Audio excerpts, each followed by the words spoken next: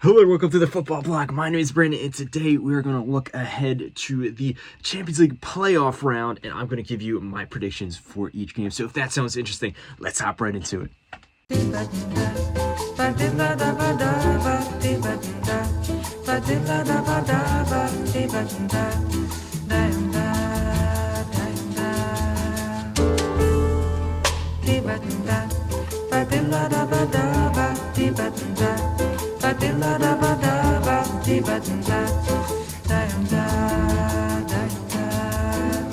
Eu quis amar, mas tive medo e quis salvar. So the Champions League group stage, or a group phase, the group league phase as it's now called, has come to a close. And before we get into the official knockout rounds, the official round of 16, we have a playoff round here. This is the first time that they have ever done this format before.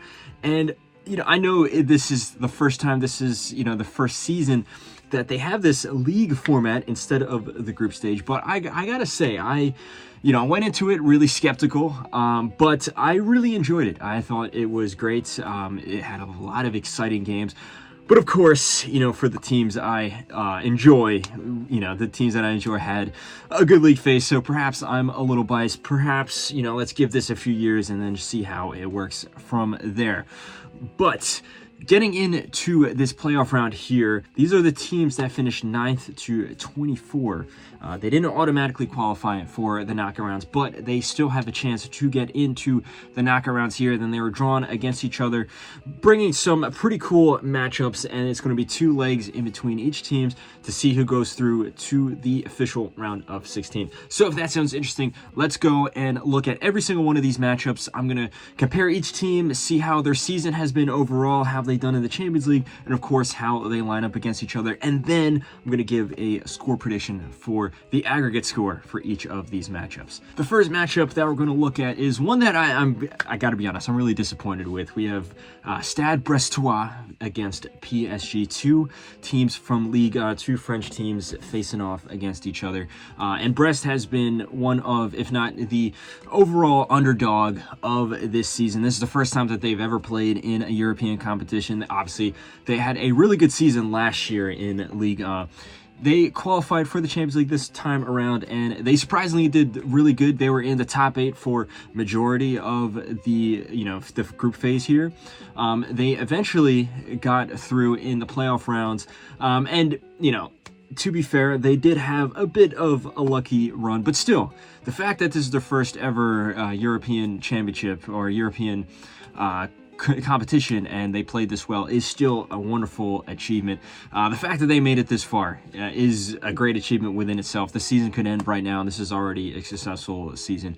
Outside of the Champions League, they are 8th in Ligue 1. Not the best, but also, in the grand scheme of things, it's not surprising at all considering how high of a bar that they set from last year. Now, compare that to PSG. They are, a team without need of introduction.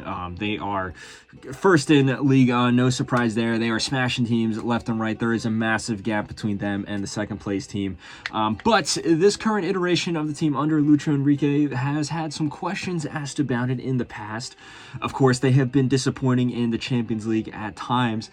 And the way that they started off this season, it was looking like it was going to be another disappointing season, if I'm being honest. But it looks like they hit form at the right moment. Of course, you have to point to that victory over Manchester City, the 4-2 victory there. That was a statement win. Lots of their players are playing really well. In particular, my least favorite player at the moment, Ousmane Dembele, of course.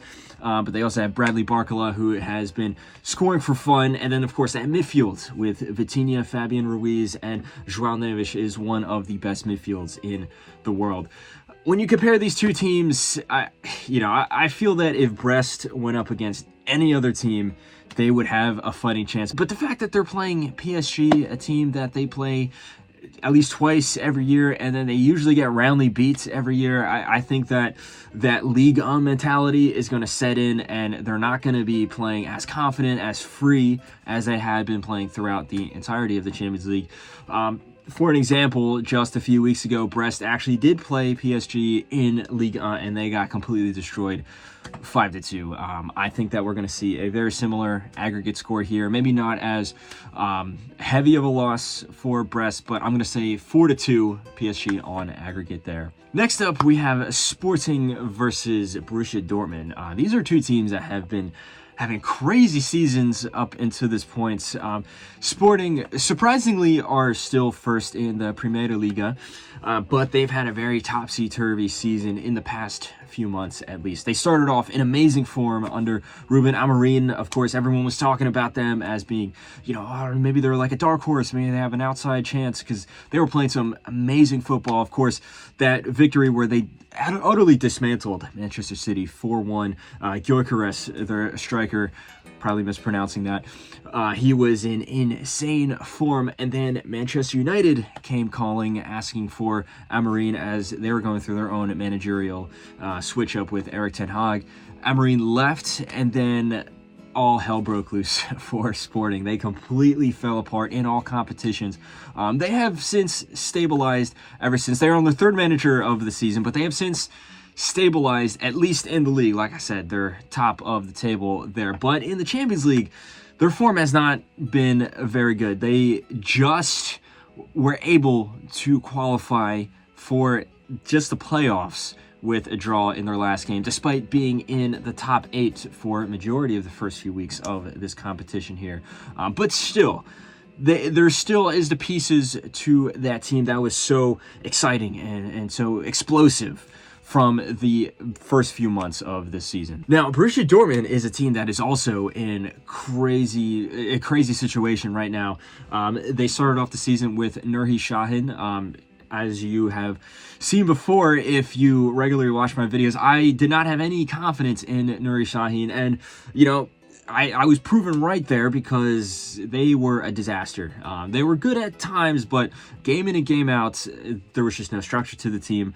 They could not hold on to leads. There was no team mentality. The defense was atrocious, and Nuri Sahin was sacked, with Niko Kovac coming in as manager. Now, I'm not the biggest fan of Niko Kovac either.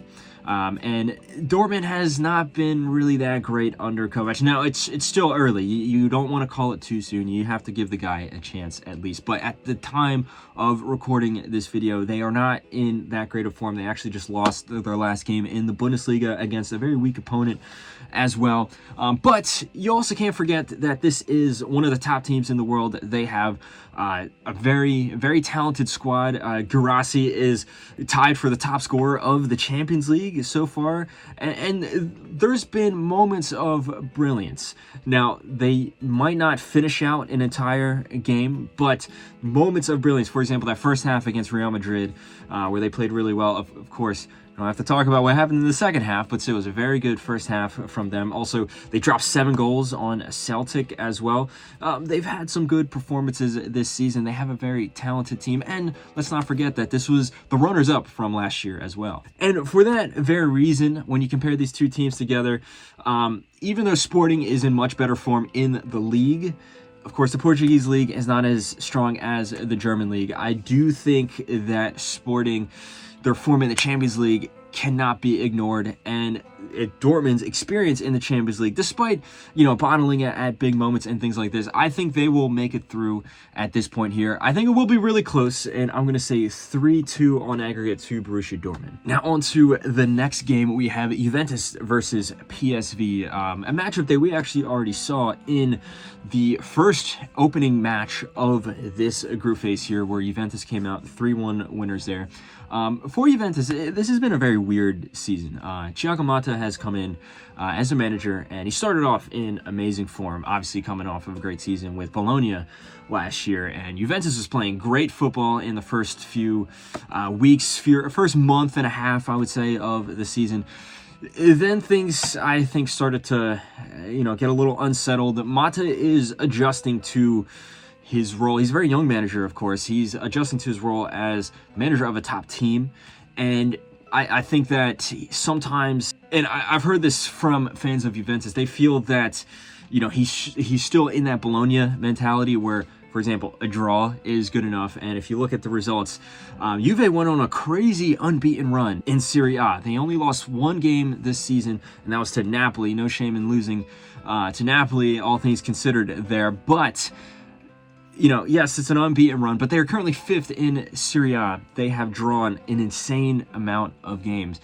They don't have enough attacking firepower as well. There are some holes in this team. Now, I personally think that Motta is a great coach, but he is running into some very visible roadblocks here. Now, compare that to PSV. Yes, of course, the Eredivisie is a much weaker league than Serie A, but they are 2nd in the Eredivisie, tied with Ajax on points there. They are so far having a really good season, I think, overall. PSV has shown up with some really good performances both in the league and in the Champions League here as well. They're a very exciting team, but they're also a team that are kind of a sleeper team. No one's really hyping them up. Of course, you know, at the beginning of the season, everyone's talking about Sporting. You know, we're going to get on to Atalanta in a second, but no one was really talking about PSV. I think they're a team that a lot of people underestimate.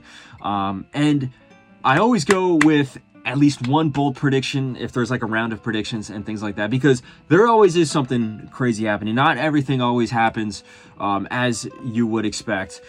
So I'm going to say that this aggregate score is going to be 1-1, and PSV is going to eliminate Juventus on penalties. I think it's going to be, you know, deadlocked, super close, but at the end of the day, PSV is going to get the upset here. Next up, we have the most anticipated matchup of this round, a budding rivalry between these two teams here, Manchester City versus Real Madrid. This is completely crazy that we're having this match in a playoff to get into the round of 16. I mean, this is a match, at least at the beginning of the season, that you say is worthy of a final or worthy of a semifinal. I mean, of course, we've seen it over the past 3 years. Last year was a quarterfinal. The year before that it was a semifinal. The year before that it was a semifinal. Usually Real Madrid gets the better of Manchester City, but it's always a really tough game. It's always down to the wire. However, usually or at the very least in those past 3 iterations of this matchup, you would argue that it was both these teams firing at all cylinders, playing at top form.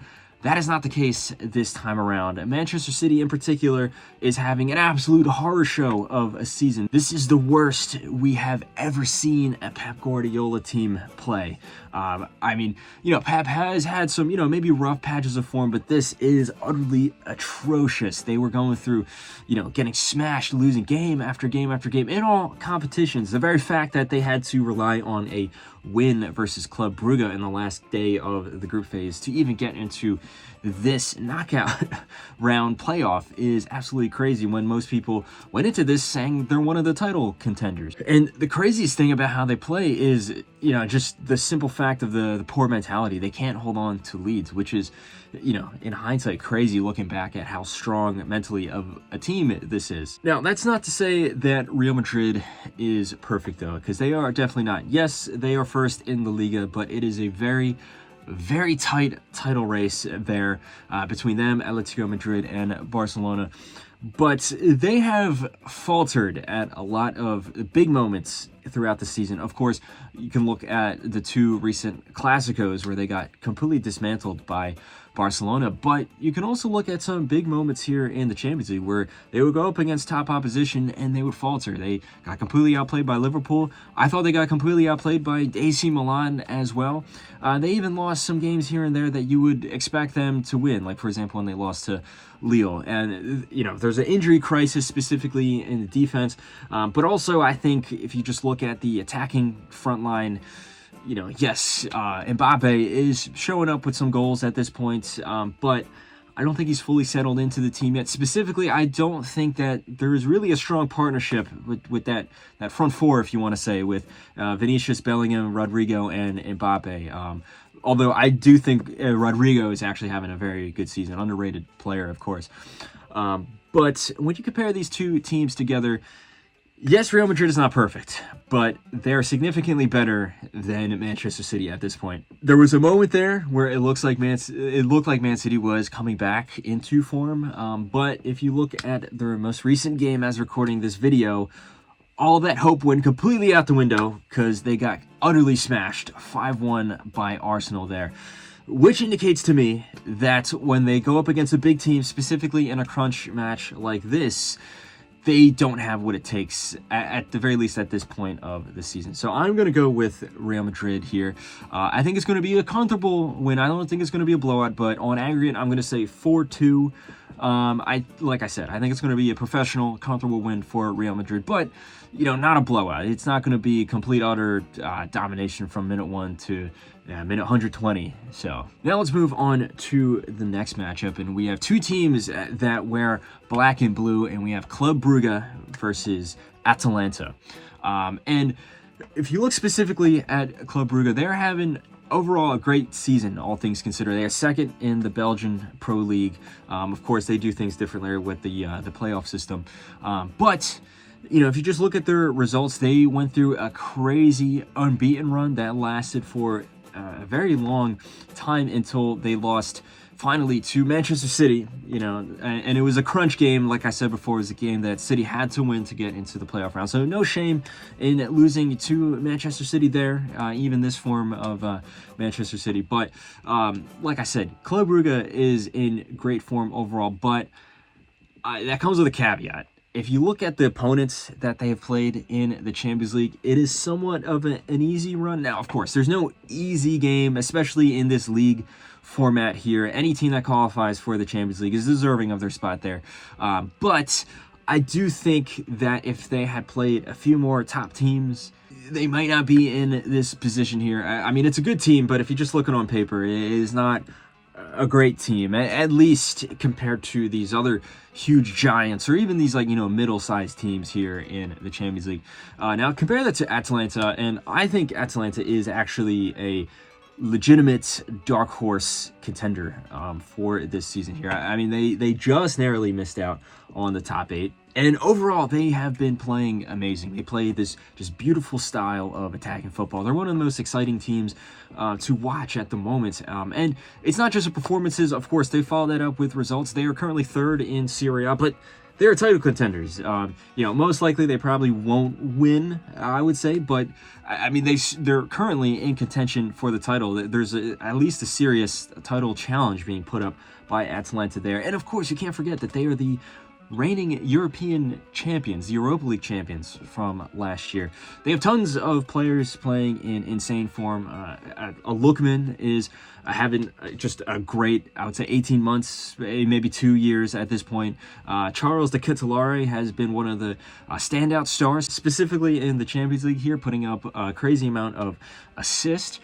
And the team overall, under Gasperini, I know he's not the most popular coach for his personality, but you have to give credit where credit is due, and he is doing great things with this team. It feels like every season they just get better and better.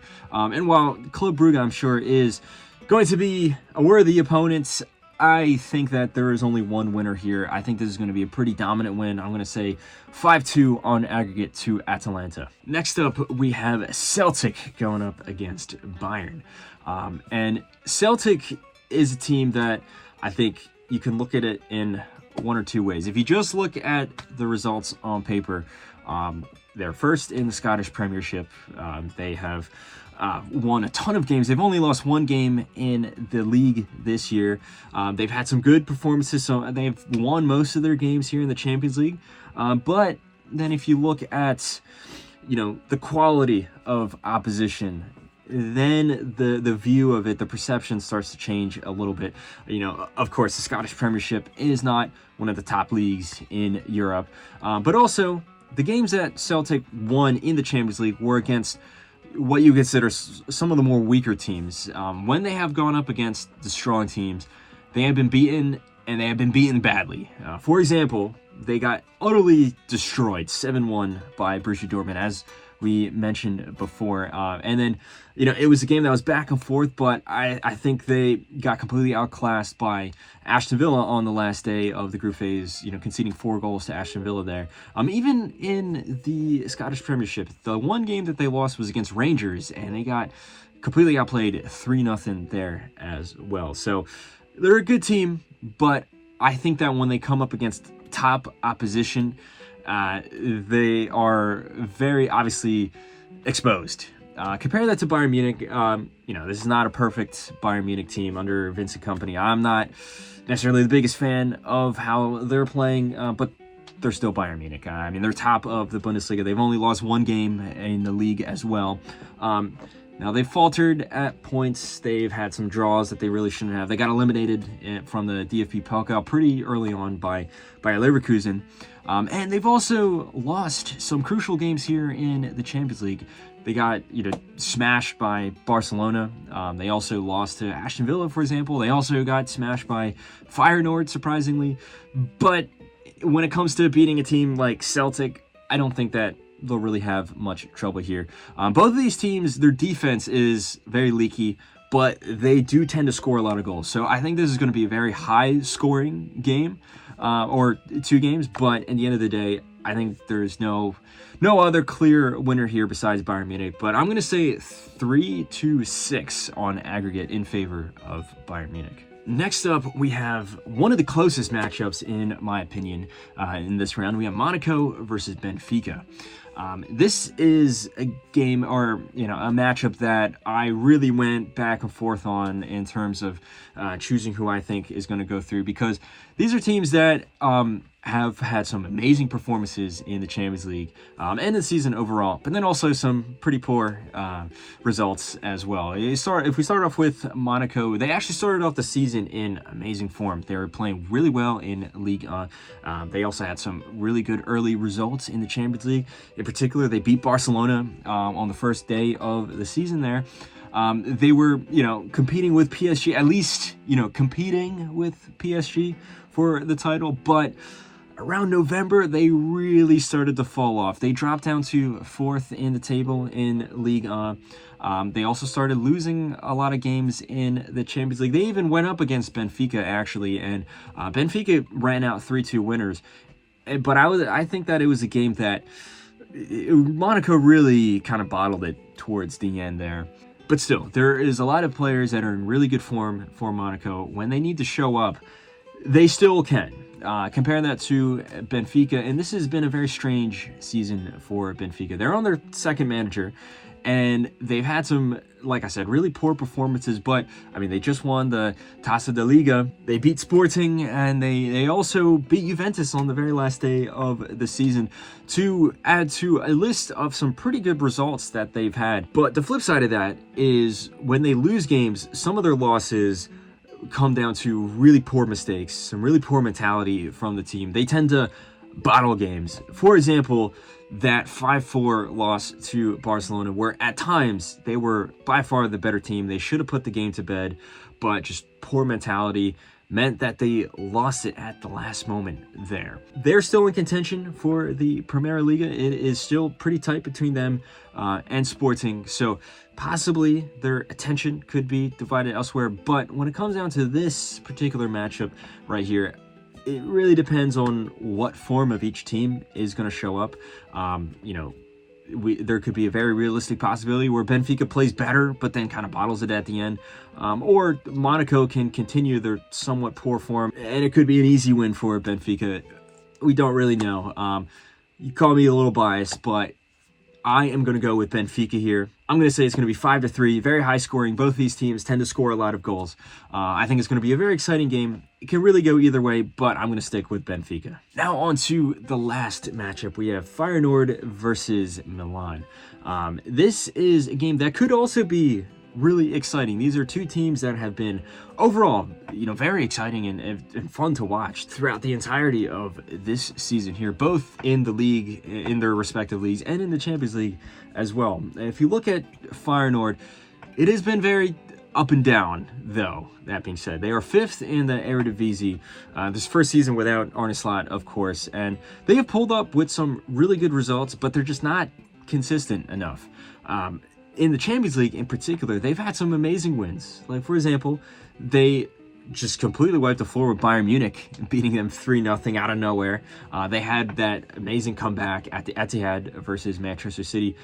But then at the same time, on the very last day of the group phase, they got completely dismantled 6-1 by Lille.